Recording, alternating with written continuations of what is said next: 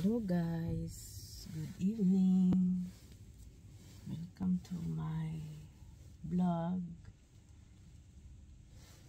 So ngayon guys ay ngayon lang ako nakabalik ng video. So ngayon ay Merkulis, so ang bilis lang ng week ngayon ba.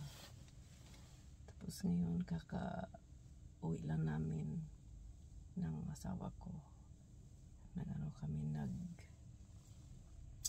extra, so kaya kakauwi lang namin at nandito kami. Naghintay ako dito sa sasakyan kasi yung asawa ko may kinuha na package para sa aming sasakyan. So nandito tayo sa post. So andito na asawa ko. So dito natapusin na itong vlog guys. So konti lang. So uwi na kami. So,